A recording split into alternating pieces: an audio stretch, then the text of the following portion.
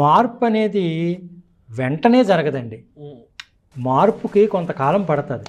అదే సార్, ఇప్పుడు కొంతకాలం పట్టినా మీరు ఫస్ట్ చెప్పారా, నేను ఇన్ని రోజులు బైబిల్లో తప్పుగా బోధించాను, ఇది సరైన క్రమం అయితే కాదు, నేను తెలుసుకున్నాను, మీరు కూడా తొందరపడకుండా ఈ శివశక్తి పుస్తకాలు లేకపోతే వాళ్ళ బైబిల్లో ఉన్న కొన్ని వచనాలు అండర్లైన్ చేసో, ఇది సమాజానికి మంచిదైతే కాదు ఈ పుస్తకము, కాబట్టి మీరు కూడా వెంటనే కాకపోయినా కొన్ని రోజులు ఆగినా ఆలోచించి ఈ మతంలోంచి బయటికి రండి అని చెప్పే ప్రయత్నం ఏమైనా చేశారా అని, కనీసం చెప్పారా అని. ఎందుకంటే పాస్టర్ ఏదైతే చెప్తారో అదే అల్టిమేట్ అనమాట విశ్వాసం.